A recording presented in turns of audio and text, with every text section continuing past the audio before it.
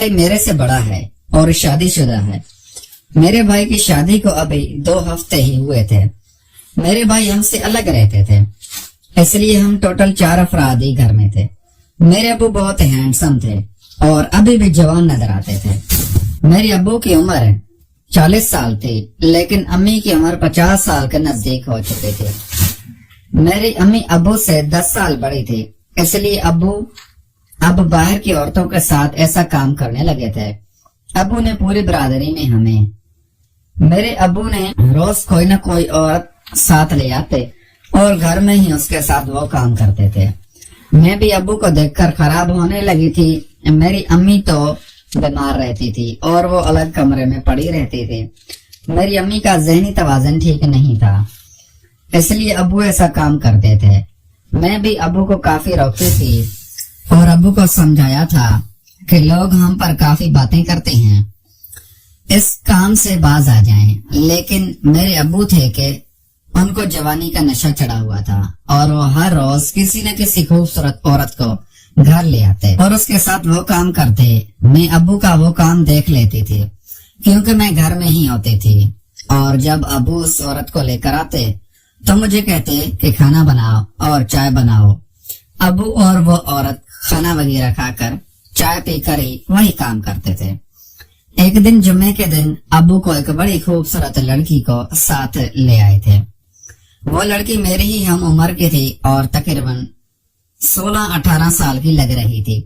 देखने में काफी खूबसूरत थी।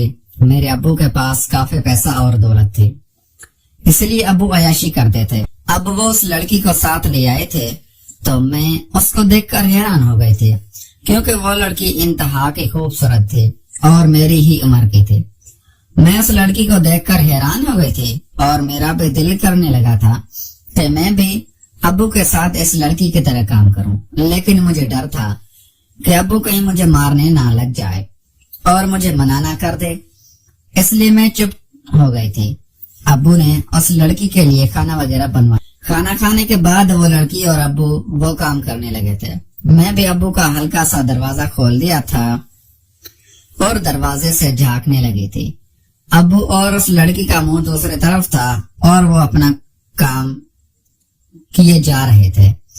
मैंने जब ये देखा तो मुझे अब्बू का सामान बहुत खूबसूरत लगा था और मैं उसको देखकर पागल हो गई थी।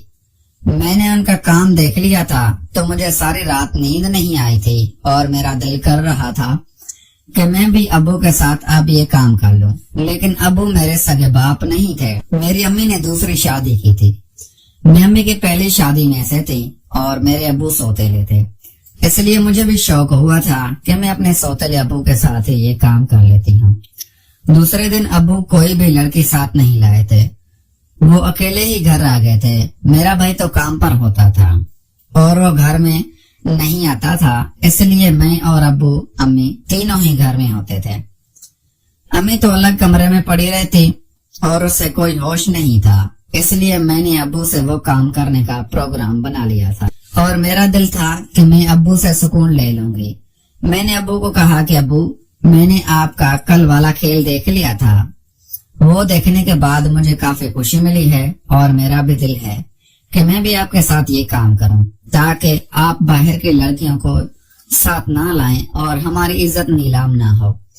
अब्बू मेरी बात मान गए थे और कहने लगे थे, बिल्कुल, तुम कौन सा मेरी सगी बेटी हो, इसलिए मैं तुम्हारे साथ ये काम कर सकता हूँ। मैंने भी अब्बू को इजाजत दे दी थी। अब्बू मेरे साथ और पहली दफा मुझे इतना सुकून आया था कि मैं पागल हो गई थी और अब इस काम की आदी हो गई थी। जब भी अब्बू घर आते तो मैं उनसे गुस्सा करती कि आप लेट क्यों आए हैं, और अब्बू अब किसी भी औरत को साथ लेकर नहीं आते थे।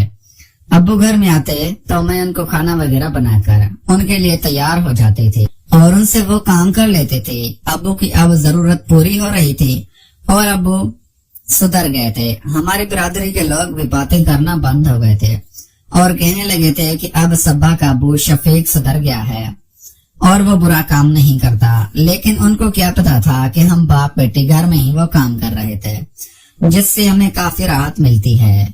प्यारे दोस्तों, अगर आपको ये हमारी कहानी पसंद आई है तो इस वीडियो को लाइक करें, चैनल को लाजमी सब्सक्राइब करें ملتے ہیں اگلی ویڈیو میں. Thanks for watching.